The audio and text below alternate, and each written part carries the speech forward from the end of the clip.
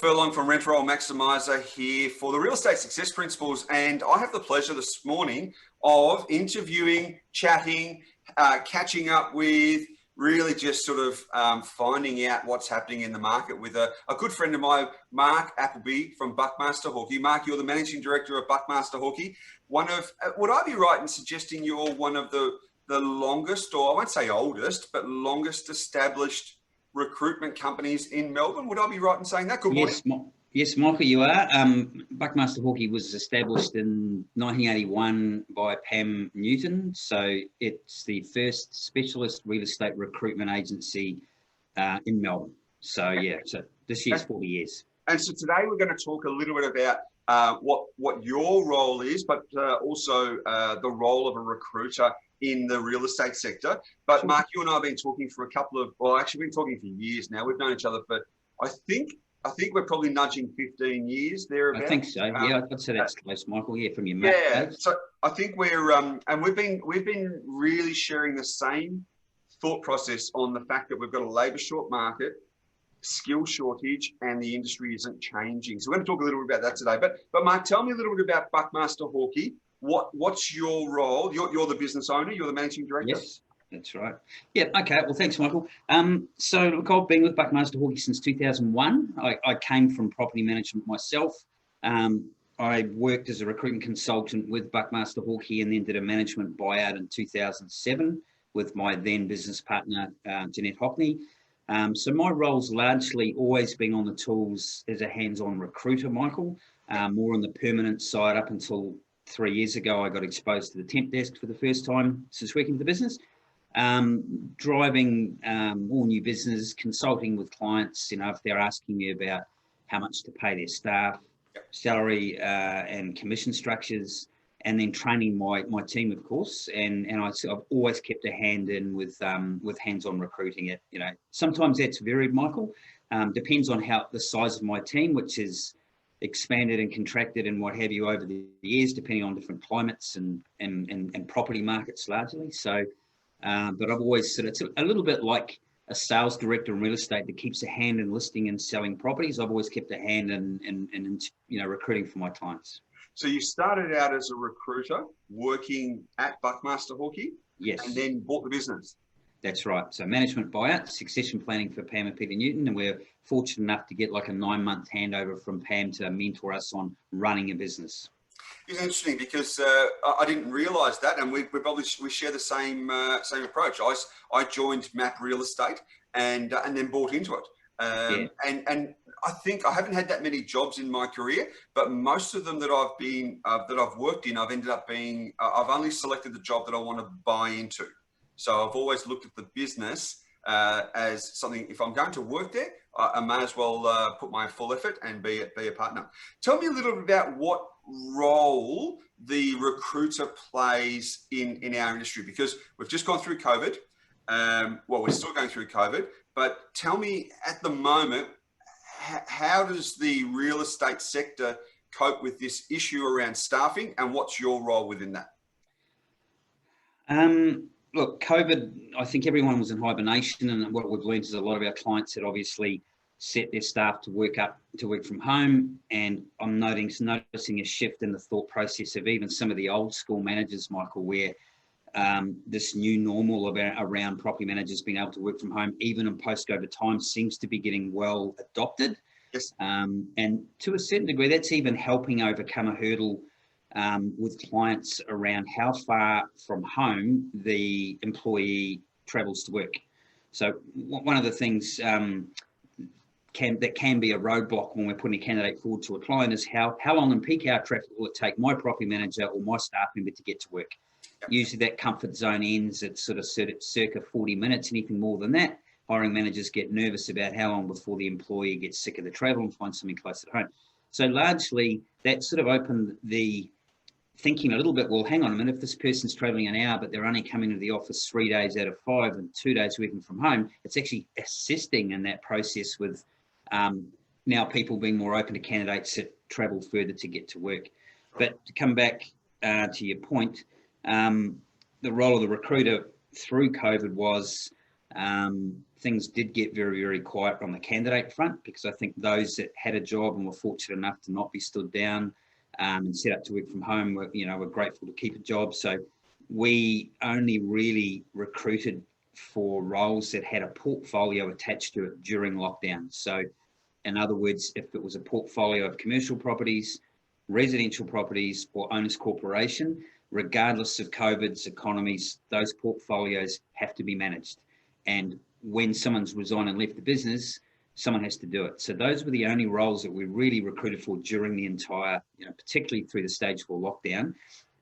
Once the restrictions were raised and things started to ease up, things progressively got busy. And then I would say by late November, things went ballistic. So agents in catch-up mode. So Mark, tell me a little bit about Buckmaster Hawkey. How big is it? Are you the only partner? Is it Australia-wide? Do you service just real estate? Tell me a little bit about what does Buckmaster Hawkey offer the industry? Sure. Okay, so Buckmaster Hawkey's been a Victorian-based recruitment agency since 1981. We don't go, I've done one interstate gig for New South Wales, but largely we're Greater Melbourne is where our client and candidate base is. We do anything that's property orientated, Michael. So it's not just real estate. Any property that could be property developers, could be owners corporation, project marketing agencies, buyers advocates, anything that's property orientated, we will take it on. So we're known to be in that space and have been for 40 years now. The size of our company has really varied over the years. I mean, we've been as many as 16 staff. At our peak, when we talk about headcount, at the moment we've sort of contracted down to a marketplace largely adjusted figure, and COVID to 4 of us at the moment. And we're at capacity now where if things got any busier than what they were, I would have to hire some more staff. Sure. So Mark, so that is, if I understand correctly, you offer permanent recruitment, but also you said before temp desk. Is that temp desk agency? What I would consider to be agency? Yes, temp. So we offer temps, we offer permanent recruitment, maternity leave contracts. Those are the 3 types of recruitment services that we do. And what's the main agency that you work with? You said the Greater Melbourne. Do you work into regional areas as well, or is it really within the hub of? It's sort of like the 4 corners of Melbourne, really, from Werribee out to Lilydale, down to Frankston, and north as far as Craigieburn and anywhere in between. Sure. Of late, though, we have been asked to recruit for some of the Ocean Grove area in Geelong. I've had a couple of clients invite me to recruit down there, so I was quite surprised about that. But largely, I would say it's sort of if you take Greater Melbourne, that's where our client and candidate base is. And it's solely real estate? Do you work in other areas? Are you in finance? Are you in construction? Are you in any other recruitment? No, we've deliberately sort of stuck, the expression I like to use is stick with your knitting. That's what we know, that's what we're being renowned for. So to go into another discipline or outside of property would be a lot of strategy, blood, sweat, tears, marketing, investment, just to go into another space where you would have no profile, your candidates wouldn't know your brand, your clients don't know who you are. So we've kept it to just, if it's property orientated, that's what we stick to. And tell me the profile of a recruiter. Do you have to be a real estate agent? Do real estate agents make very good recruiters? Yes. Oh, they do? They do. They do. The most successful consultants that we've had in my tenure, Michael, have all come from real estate. Salespeople in particular do very well. We've even transitioned a couple of property managers if they've had some sales attributes about them. Sure. But there's a couple of reasons for that. One is they understand the industry because they've worked in it. They understand the challenges and also all the roles under the roof of a real estate business. So when they're actually then recruiting for it, they get it. So when they're talking to their clients, they understand the pains and the pleasure of what a property manager goes through. Sure. No, absolutely. And Mark, I know this might be a Dorothy Dix question, but I would imagine your markets, you've got a complete monopoly on the market. There aren't any other recruiters around. I wish. It's just you. I know it was a Dorothy Dix one, that one. Yeah. No, great question. When I started in 2001, we probably had about 4 major competitors. Yes. And that pool grew progressively. And then I think as technology's moved on, Michael, and your cloud-based softwares, and then, you know, not having to have the need to actually have a premises to bring candidates to interview, because people can FaceTime now or Zoom, WhatsApp, all the technologies means that a recruitment business doesn't actually have to have a Melbourne CBD office premises to operate. Yep. So that, plus the fact, I think it became very popular for people that got out of real estate, thought they might have a crack at it. In the last 5 years, I've seen, look, we would have up to 20 competitors now, Michael. Yeah. I can't even keep up with it. It seems like every guy and his brother's starting a real estate recruitment agency working from home. And as I said, as we wrap up, Mark, we've known each other for at least it's 10 plus, probably 15 years or so.